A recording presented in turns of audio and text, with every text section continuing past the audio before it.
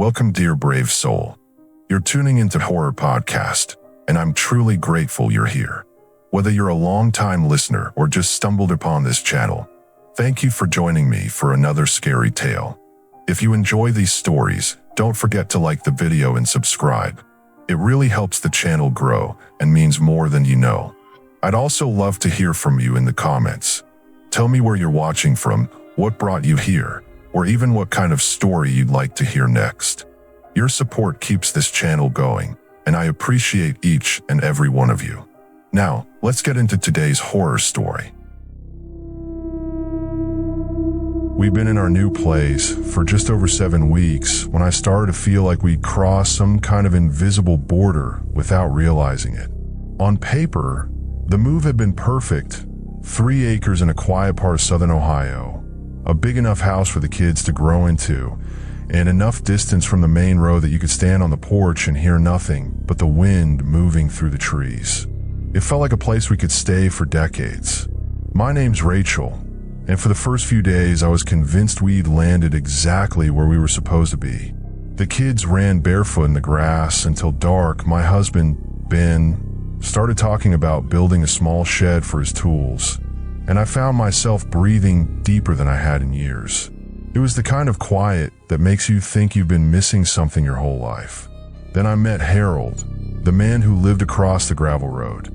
He was 81, though if you didn't know it, you'd guess 60, lean, quick on his feet, the kind of posture that made you think he'd spent most of his life doing physical work. He had that firm handshake older men give when they want you to know they still have it. I was ready to like him. Within the first 5 minutes, he told me my yard needed mowing every 5 days. Not a suggestion, an instruction. I smiled politely and explained that most of what he was looking at was hay field we planned to bale, not a manicured lawn. He looked at me like I'd told him I didn't believe in gravity. Then he informed me that if we ever needed to talk to him about anything, I was to have been called or stopped by, never me directly. And before he left, he suggested I grow my hair out to look more like a mother. I chalked it up to age, smiled, and let it roll off. A few days later, there was a knock at the door. The man standing there introduced himself as Dale, from the house caddy corner across the intersection. He handed me a Bible, said everyone on the street attended the same church in town, and before I could even respond, he turned with a too wide smile and called over his shoulder, "See you there Sunday." I told myself it was harmless, just small town enthusiasm. The following Saturday, Ben was out front working on the fence when a car pulled into our driveway. Before either of us could react, a woman in her 70s, Harold's wife, I would later learn, walked straight up the porch steps and into my house without knocking. She stopped short when she saw the Halloween decorations on the mantle, pressed her hand to her chest like I just shouted in her ear, and asked if she could speak with the woman of the house in private. I suggested the porch, mostly so I could keep her out of my living room. She wasted no time. "You need to mow that yard," she started, her tone the same one you'd use for telling a child to pick up their toys. "Then, my husband's going to have a word with yours about you going to get the mail. Walking in and out of the yard like that isn't how we do things here." I just stared at her, wondering if she realized how absurd she sounded. It didn't stop there. She told me to take down the skeletons on the front porch because they were vulgar. She then informed me, without asking, that she would be babysitting my youngest, an 8-month-old, twice a week for 5 hours at a time. "First new baby around here in a long while," she said, like she was talking about a community water source. Something in me snapped. Whatever neighborly politeness I'd been holding on to dissolved. I stood up and told her to leave. She looked almost amused, like I'd said something naive. "You ought to be more ladylike," she said. That was the last straw. "Leave, or I call the cops," I told her. This time she huffed and walked off the porch. A few days later, I noticed Harold's truck parked in the road across from our house, facing our driveway. He sat there for 20 minutes, just watching. Another time, it was his wife, alone, idling at the corner with her hands on the wheel and her eyes fixed on our front porch. Meanwhile, Dale, the church man, started leaving handwritten notes in our mailbox every week. The first one said, "We missed you at service. Hope to see you next Sunday." The second one added, "Attendance is important for fellowship." By the fourth note, the tone had shifted into something that felt more like a demand than an invitation. We went to the sheriff's office in town, explained everything. People coming onto our property uninvited, notes in our mailbox, the sitting and staring from the road. The deputy nodded politely, said there wasn't much they could do unless someone threatened us or damaged property. Just neighborly misunderstandings, he called it. It didn't feel like a misunderstanding. Over the next couple of weeks, I started keeping the blinds down on the side of the house that faced Harold's place. If I had to go get the mail, I'd wait until I saw no cars parked within view. Even then, I'd feel the urge to turn around halfway down the driveway, sure someone was watching from a window or from one of the trucks idling along the road. Ben didn't like it either. "They're testing boundaries," he said one night. "If you let them set the rules now, it's never going to stop. The thing is, out here, neighbors aren't just the people next door, they're a network." Harold's daughter lived to our left, his nephew to our right, his sister 2 houses down one way, and his brother a few more houses the other. If you had a problem with one, you had a problem with all of them. I started noticing things I'd brushed off before. Cars slowing down as they passed our driveway. People standing in their yard but angled toward ours for longer than made sense. The same 3 faces at the gas station whenever I stopped in for milk. One night, just after dark, there was a knock at the door. It was Dale again, holding another Bible. "I thought you might need a newer edition," he said with that same wide grin. I told him firmly we weren't interested, but he didn't move right away. He looked past me into the house before finally stepping back. "We'll keep you in our prayers," he said, and walked away. After that, I installed a deadbolt on the front door and a chain on the back. Ben set up trail cameras facing the driveway.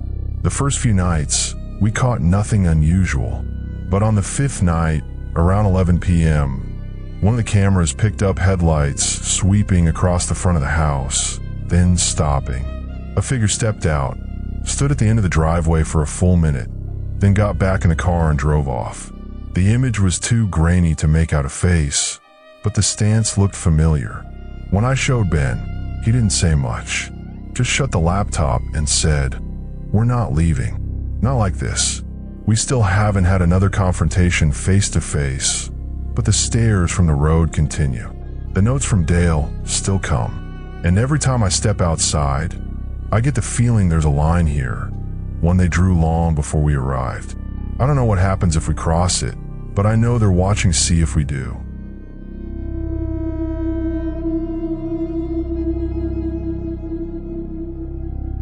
There's a small neighborhood in western Kansas where people still remember the summer of 1988.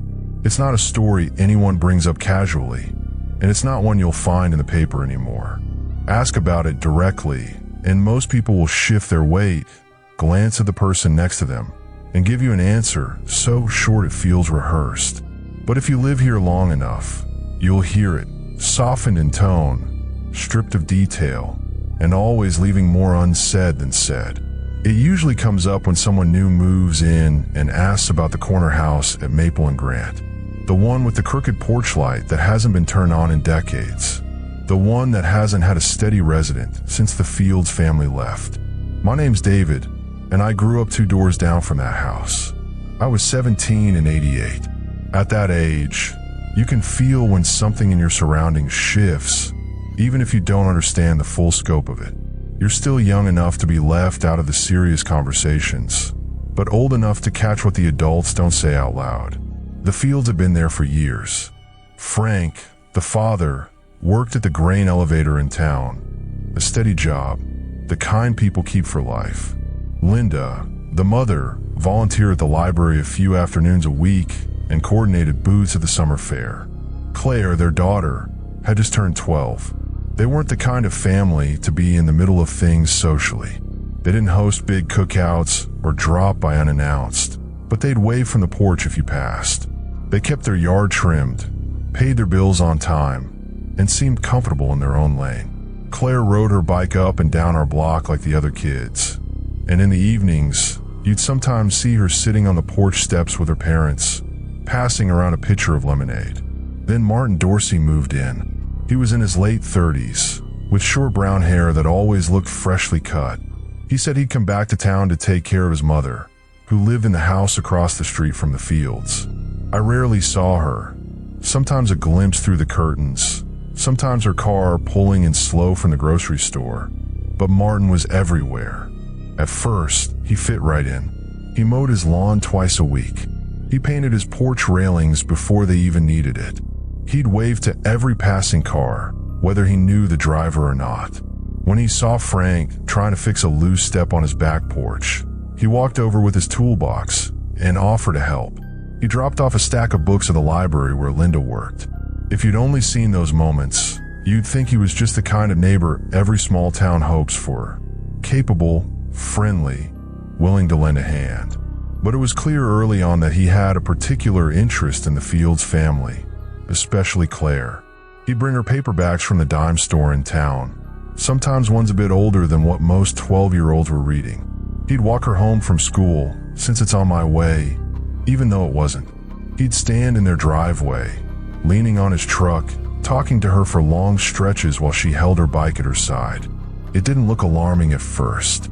This was a place where people looked out for each other's kids. But there was something about the frequency, the persistence, that made it different. By midsummer, Martin was a fixture at their house.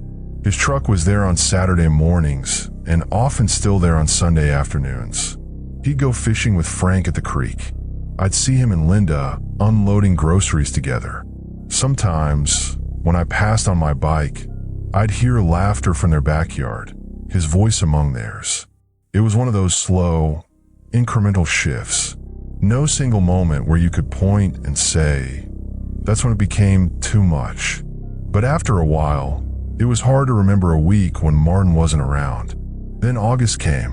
One day, word started moving quietly through the neighborhood.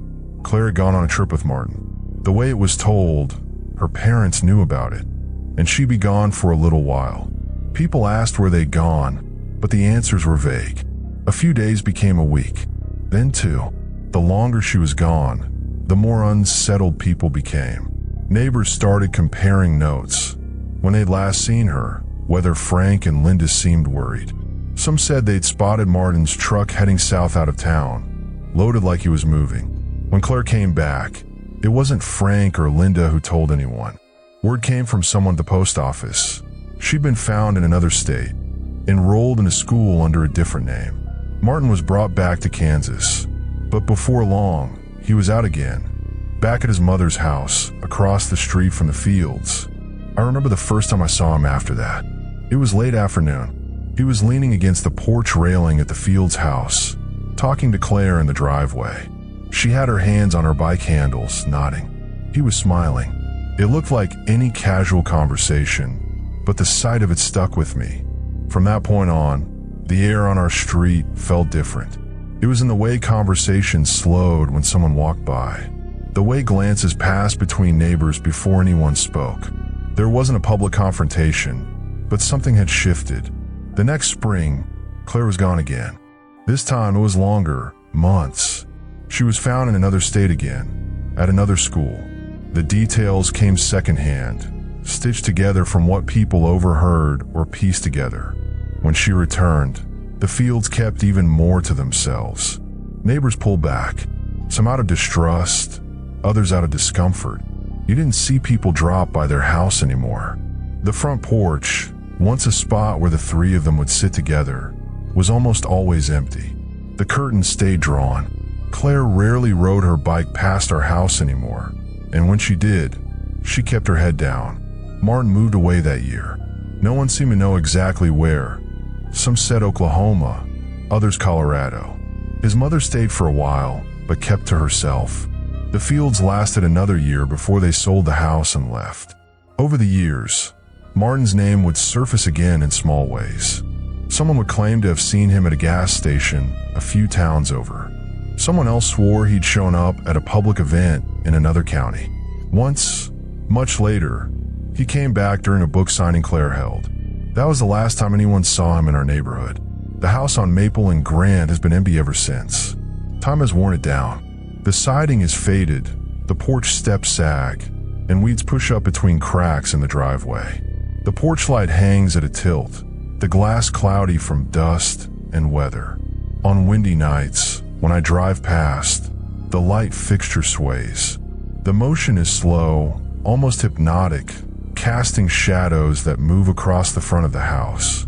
It's a small thing, but it makes the place feel less like an empty property and more like something paused, caught between being part of the neighborhood and being completely gone. I think about how normal it all seemed in the beginning. Just a new neighbor moving in, a family that wasn't looking for trouble, a street where everyone knew each other's names.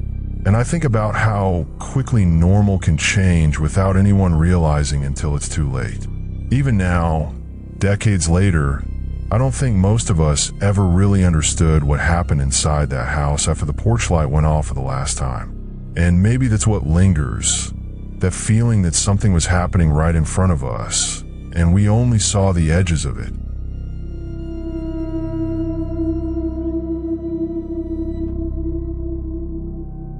It was one of those early October afternoons where the light feels softer, almost golden, but the air carries just enough of a chill to remind you that summer is gone. I was out on my driveway with Daisy, my shepherd mix, brushing her thick coat before it got too cool to do it comfortably.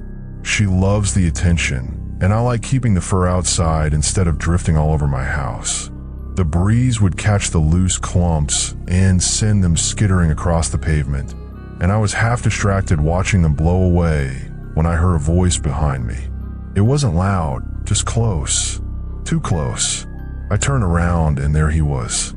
A man I had never seen before, maybe mid-40s, standing just a few feet away. Ball cap pulled low, jacket zipped up even though it wasn't that cold. In his hand, a phone was held upright, tilted toward me. His expression was this half-smile, but it didn't reach his eyes. "Hey," he said, "mind if I say hi to your dog? I've seen you out here a lot." His tone was easy, casual, but the fact that he had approached without me noticing made my stomach tighten. Still, Daisy's tail wagged when she saw him, so I nodded and said she was friendly. He crouched down to let her sniff his hand, but his phone stayed angled toward me. That's when I realized he wasn't just holding it. He was on a video call. Whoever was on the other end was seeing me in real time. "My name's Hannah," I said automatically, more out of habit than trust. I couldn't shake the feeling of being put on display. I've had strangers stop to pet Daisy before, but not like this. Not with a camera pointed at me. He glanced toward the far end of the street. "Just moved here from Georgia. Bought that place down there," he said, pointing toward the white ranch house that had been sitting empty for as long as I could remember. The grass in the yard was knee-high. The blinds hung crooked in the windows, and I had never once seen a for sale sign on the property. Before I could ask when he moved in, he looked right at me and asked, "How old are you?" 16? "You look 16. He grinned, almost like he was waiting for me to blush. Then he added, "I like girls that age." My brain snagged on that sentence. I didn't even know how to respond. Was he joking? Testing me? Either way, it sent a pulse of unease through my chest. I told him flatly that I was 24 and that I didn't appreciate that kind of comment. I thought making it clear would end the interaction. Instead, it shifted. He leaned slightly forward, like we were sharing a secret. "You alone right now? Is this your place? That your car? You live by yourself?" His questions came one after another, and each one tightened the knot in my stomach. "I'm not answering personal questions," I said, my voice more clipped this time. "You should probably go."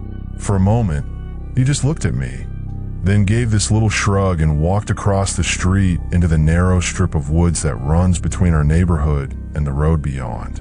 I stood there with the brush still in my hand, listening to Daisy's panting and the wind rustling through the leaves, trying to process what just happened. I told myself that was the end of it. He'd move along, and I'd never see him again. But 15 minutes later, I saw movement out of the corner of my eye. He was back, emerging from the trees like nothing had happened. This time, he didn't stop at the sidewalk. He came right up to the edge of my driveway. "Hey," he said, "why don't you let me come inside? I want to check out your place." It wasn't a question, it was a statement, like he was already halfway decided. "No," I said firmly. "You need to leave." He stayed put, and his voice took on this pushy tone. "You lock your doors? You here alone at night?" I could feel my pulse in my ears. I took a step back toward my porch. I said, "Leave. If you don't, I'm calling my neighbor. He's a police officer." That seemed to give him pause, but not enough to actually leave right away. He stepped back into the street, but then he just stood there, watching. His phone was still in his hand, though I couldn't tell if he was still on the call. I walked backward toward my front door, not taking my eyes off him until I was inside. I locked the door and peeked out through the curtain. He was still there, looking toward the house, before finally turning and walking slowly back toward the abandoned place at the end of the block. For the rest of the afternoon, I couldn't shake it. Every sound outside made me glance at the window. I kept replaying the questions he asked. The phone pointed at me. The fact that no one had seen him before. Nothing about it felt right. That evening, I called a non-emergency line for the local police. I explained what happened, gave them a description, and told them about the abandoned house. The officer I spoke with said they'd send someone to check it out, but I could hear in his voice that unless the guy did something overtly threatening, there wasn't much they could do right now. The next day, I made a point to walk over to a couple of my neighbors' houses. Both of them shook their heads when I described the man. Neither had seen him before. That made the pit in my stomach worse. If he really lived here, wouldn't someone have noticed a moving truck or lights on in that house? Since then, I've been more alert than I want to be. I keep Daisy's walks short and stick to daylight hours. I check the locks twice before bed. The porch light stays on even during the early evening. I hate that someone can show up uninvited, ask invasive questions, and leave me feeling like my own home isn't entirely safe anymore. There's this unsettled energy in my chest now, a constant awareness that he could reappear at any moment. Every time I hear footsteps on the sidewalk, I wonder if it's him. I tell myself not to let it control me, not to shrink my life because of one strange interaction, but it's hard to unlearn the instinct to be cautious when the wrong person knows where you live. And what keeps sticking with me is how calm he was. No yelling, no obvious aggression, just this steady pressure, like he was trying to gather information piece by piece. If I hadn't shut him down, if I'd answered just one or two of those questions, what else would he have asked? What else would he have tried? I haven't seen him since that day, but every time I pass the end of Oakview Street, I glance toward that white ranch house. The grass is still long, the blinds still crooked. It doesn't look lived in, and I can't tell if that's better or worse.